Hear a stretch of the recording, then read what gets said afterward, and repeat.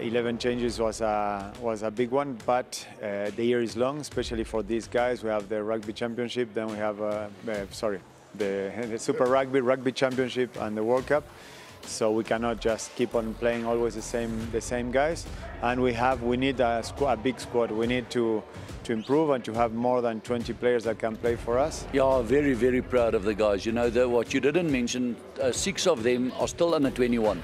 So they can play this year in under 21 competition. 6 of the guys who play today, very, very proud of them. I said it in the week, the future of this union is very good if we're going to back our youngsters and keep working on our systems. 22 of the Jaguares, 23 had played test rugby. Swayster Brain put his youngsters to the test and they came up trumps for him. A very important win for the Lions. I think we built a nice bit of pressure on the second half. We were in reach of 14 points adrift and then just lost it completely in the last 10 minutes. So once again, we'll have a hard look at ourselves and try and better. I think it was a 50-man performance or a 23-man performance. I think our homework on the Sharks was quite good. We know they're going to come here with a bang after last weekend, but really proud of the guys sticking in there for 80 minutes. As Torps van der Linde said, it'll certainly go a long way to filling the stadium. It's a Bulls team that'll grow in stature. They have a week off. They'll come back re-energized and on a winning roll. The Sharks, though, got to go back to the drawing board. And I don't think anyone really expected them to come here and win tonight. Some good signs in the second half, but Robert Dupree's got a little bit of thinking to do. My vader, Marlies, wat heeft gebeur in Pretoria gister? We'll talk about that and more. Welcome to the final whistle. It's certainly been an exciting weekend, and the man who knows all about that and will be, I'm sure, pretty excited that the Bulls are back is my guest today, Naas Botha. We'll be chatting to him in a short while. But before we do all of that, let's take a look at the best of the weekend.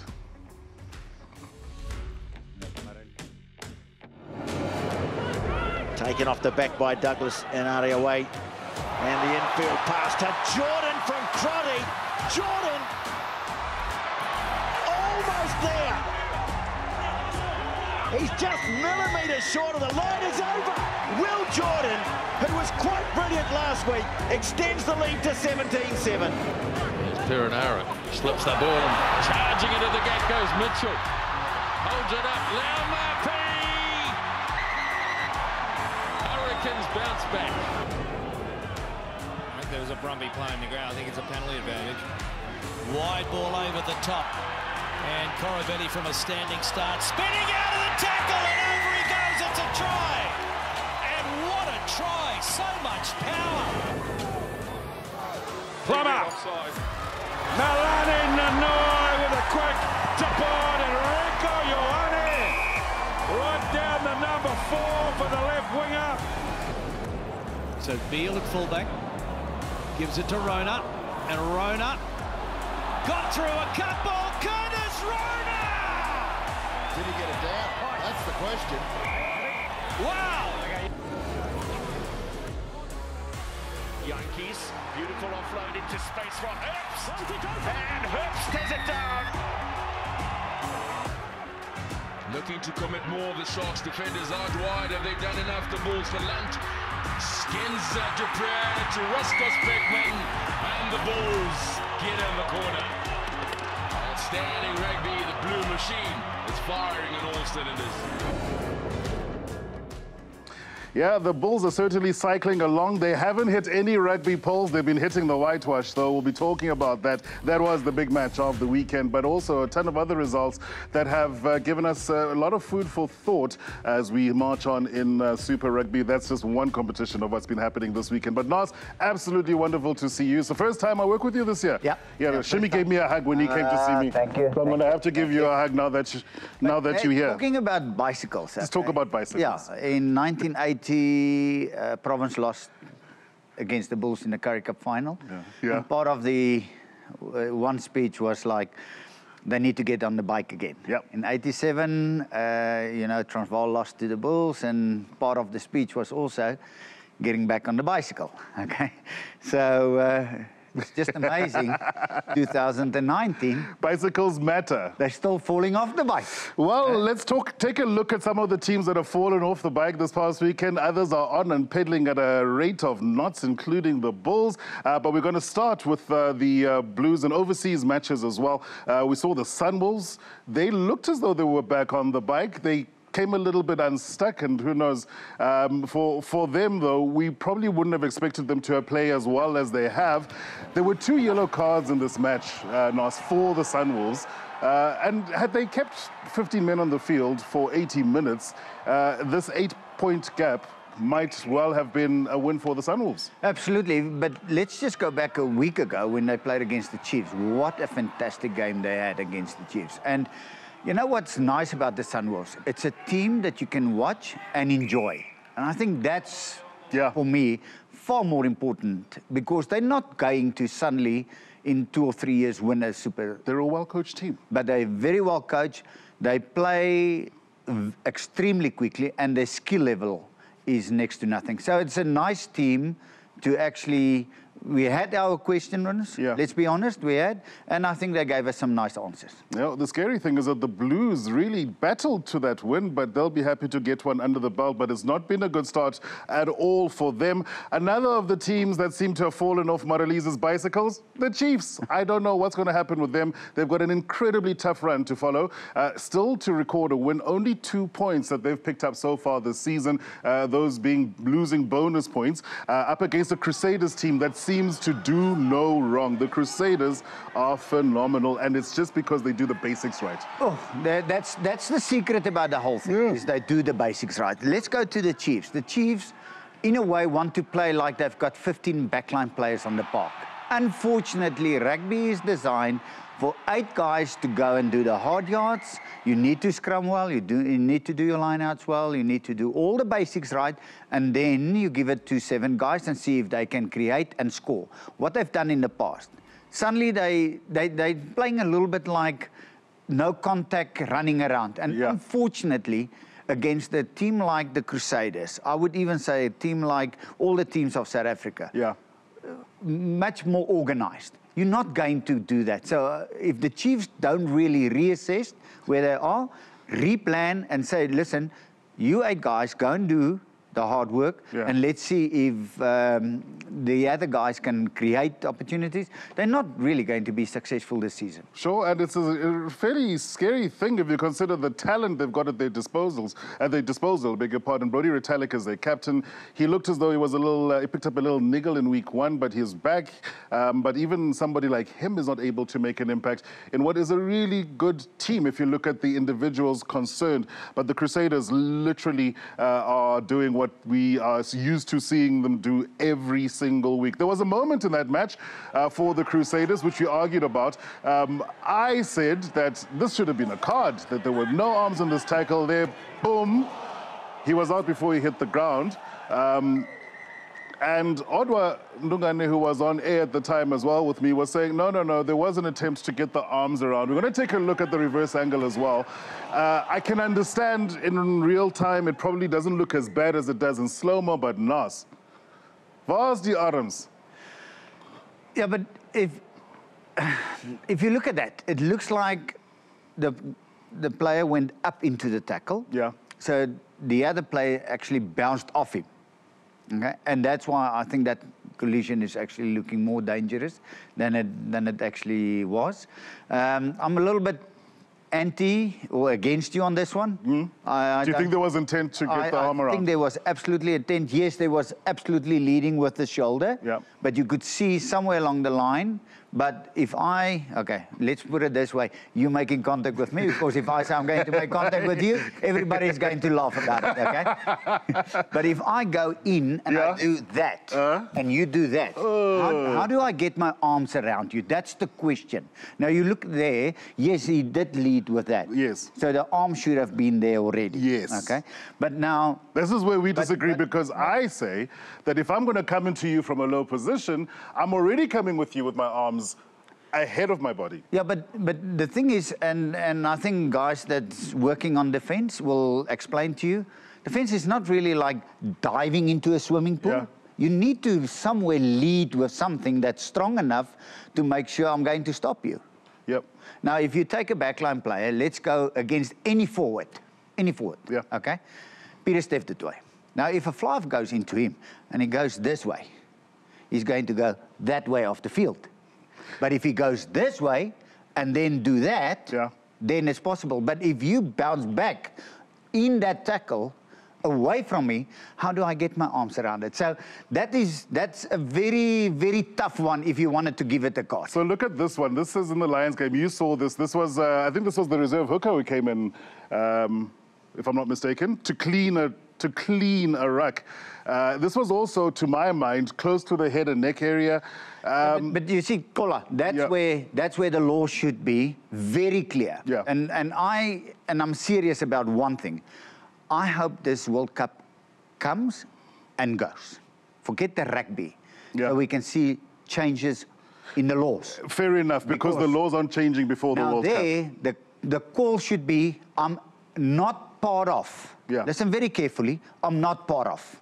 So I can't get involved there. Okay. All right, well. You follow, because that's a safety call. Yeah. So if I'm there, of course, and you see I'm here, I'm busy there, and you think if I can take him out, he's gone, I can actually win the game. And I don't mean it in a bad sense, I mean it in a nice sense. Then suddenly you become part of it, and I think that's wrong. Well, let's go back to the bicycles and cycles and falls and spills from the past weekend. The Jaguares suffered a little bit of a mishap in Johannesburg in a high-scoring game. At first, I thought really exciting to see them give the ball a little bit of air, but in retrospect, the Lions, wonderful win for them, but there was no defense at all, and you cannot win a competition like Super Rugby if you're going to play a loose game for 80 minutes. Yeah, but what I enjoyed about the game is play it as it pans out on the day. That's it. Yeah. You know, if that's the way the two teams play on the day, just play it like that. But the Lions know, if you go and play against the Crusaders, yes, you might try and loosen the play up a little bit. You also know, but their counter-attack's extremely strong, so you don't want to. But that game just panned out to be a little bit of a, let's say, not even a well-worked touch rugby game. Yeah. But at the end, the Lions had to win, and that's what they did. And well, they did. As Sway said earlier, a number of under-21 players, so absolutely fantastic. I'm just saying, the next game might be a tight game, and then the Lions will know they have to be tight. Well, it's great to see the new talent. The really big match, of course, from a South African point of view, is the one that saw the Bulls emerge victorious. We'll talk about that after the break. But there was a moment when Skalk Brits, who's been on his bicycle for the whole of Super Rugby so far, came off it just a little. And we still love him, but it was funny.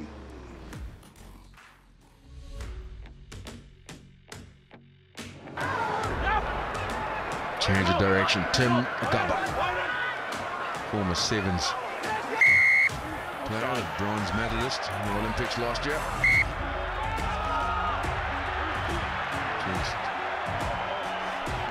Skalk Brits just losing his head a bit. Yeah, from hero to zero. Now that's just the kind of player he is, though. Very exciting player, Skalk Brits. I would have loved to have seen him regather that little tap kick of his. Let's go!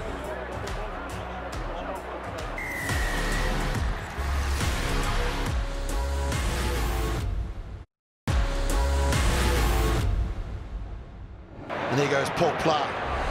Pla finds a little bit of space and offloads it to Losada with the headband on. Losada down the sideline. Kanoi comes across, one pass. Oh, Spanish Revolution.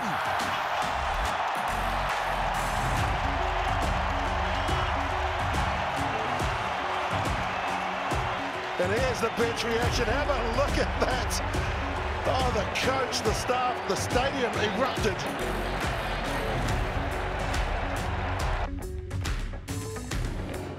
Our commentator, Big Willie Lose, confirming the Spanish Revolution, and that's what's been happening in the Sevens world. It really is exciting stuff, and we'll take a look, hopefully with time, at what the Blitzboks are doing. Brandon Cordero, thanks for your tweet. Glad to see the Bulls playing decent rugby again. He says might be able to support them in public again this season, which is nice for you as a Bulls supporter. Use that hashtag SSRugby. But on we soldier to that big match, the Bulls, or should I say Captain America, getting one over another hero again, but well done to them. They were absolutely phenomenal. Naas, as a former Bulls fly half, to see a fly half pick up points, score or drop goal, control the match, must be wonderful for you.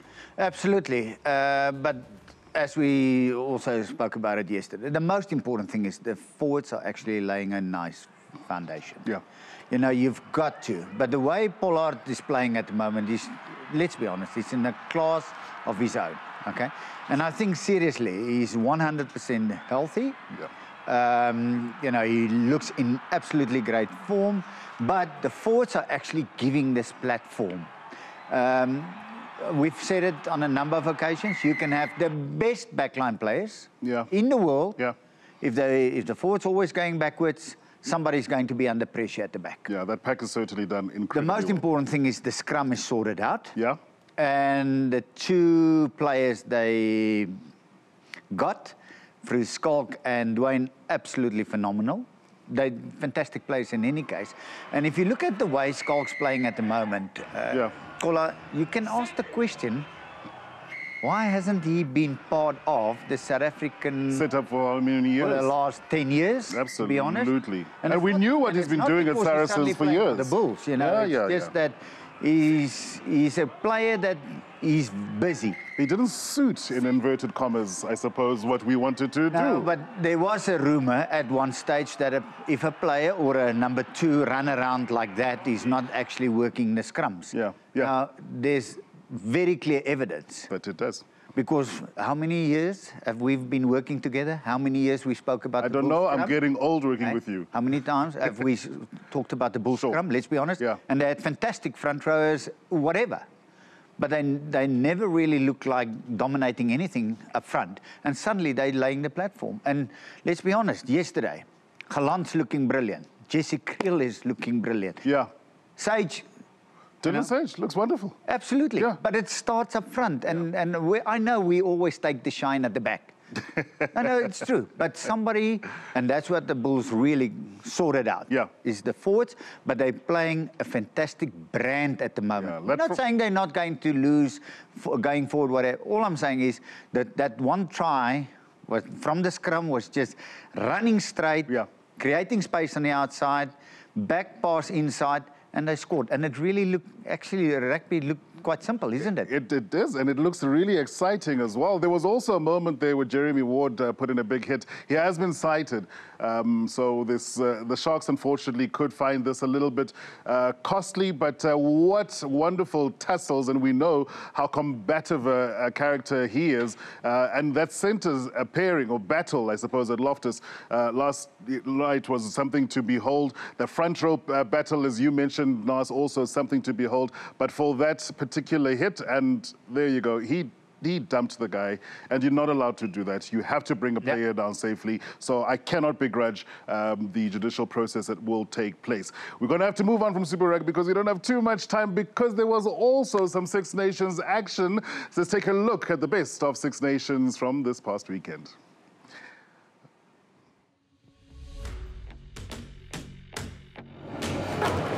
Plays his club rugby for Worcester, but in all honesty, we don't see him that often in a Worcester shirt. Oh, this is better from Xola. He's being tracked there by Daly on one side, but he does need any help.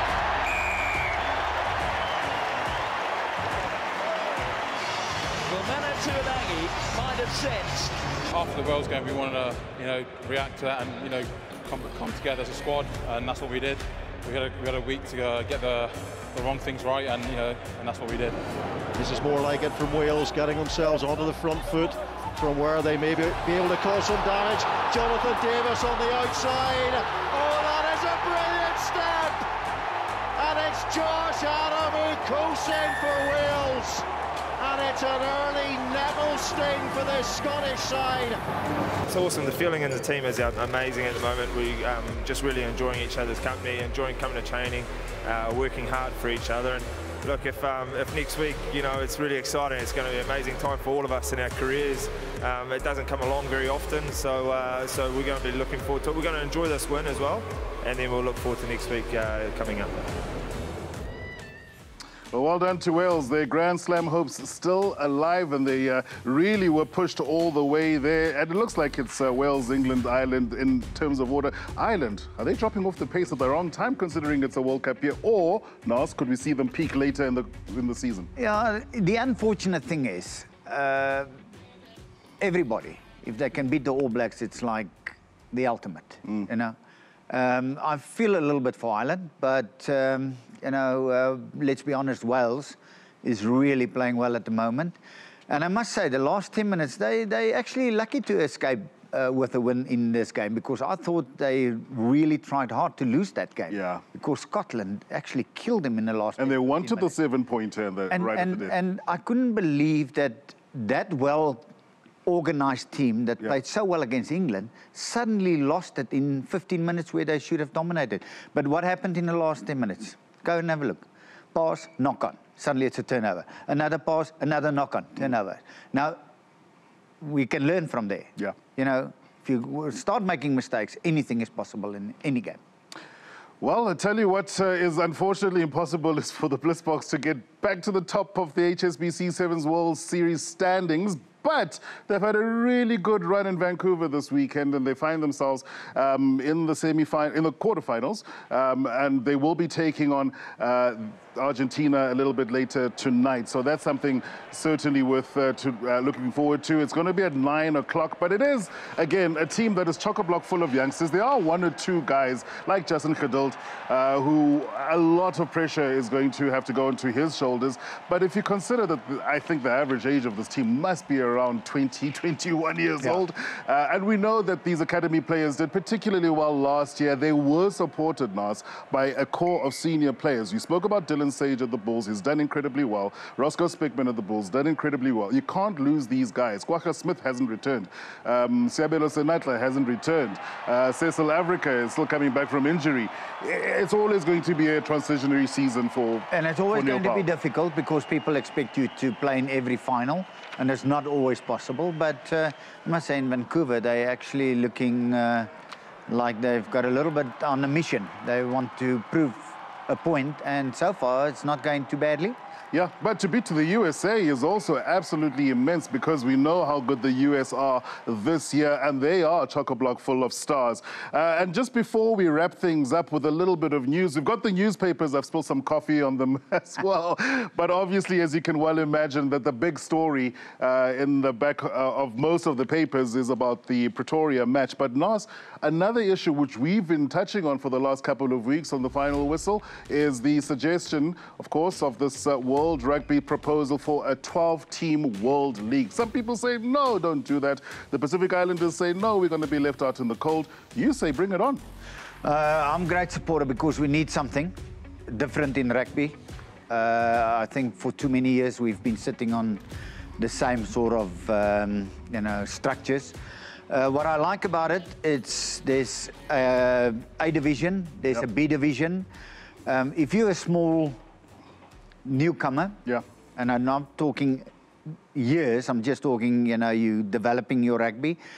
The way I've seen the structure is a young team, new teams can actually plan for the future and say, if I go this route, I can find myself one day in the B division, and if I'm good enough, I can actually go and be part of the big league. But now, Naas, won't this kill interest in the World Cup? Because rugby, unlike football, unlike hockey, unlike anything else, does center from World Cup to World Cup. Coaches' contracts get appointed from World Cup to World Cup. Hey, yeah, that's all wrong. But is it not going to water down the World Cup if you've got this big league that happens and you know, all the best teams do play each other anyway? I don't believe so, if you do it correctly. And secondly, we can't go every 4 years into a World Cup and talk about 2 or 3 or 4 teams that might win the World Cup. What we would like to see is going into a World Cup when we're talking about 8 to 10 teams that can win the World Cup. At the moment, USA, Fiji, Tonga, you name them, Romania, Georgia, name them. They can't get into 6 nations, they can't get into the 4 nations. We need something for them to realize, if you play against the Boks and you lose by 50 points, next year you might lose by 30 points, the year after, it's going to grow the game. There aren't any structures at the moment, to be honest, that's growing the game apart from the big 6 and the big 4. Last question, do you think that this is the start of that global season we've been talking about for the last 10 years? I hope so. I absolutely hope so, because then we can actually look after our players. We can make sure that the players are always in peak condition. The only question mark still, Xola, is what's going to happen to domestic competitions. Yeah. That's all they need to sort out. But I love this concept. I absolutely love it. Well, what say you? Join in the conversation. Look, we'll keep the tweets that you send now for next weekend if you'd like. So we'll be back, of course, on Sunday. Use the hashtag #SSRugby. Maybe put on there the final whistle. And we'll be able to have a chat with our guests. But watch the rugby first, and there'll be a lot more to say. Naas, it's been an absolute pleasure having you in studio. Good to see you once again. Shoo, may Father Marlies. What a weekend. Thanks for joining us. Enjoy the rest of your Sunday. Ciao.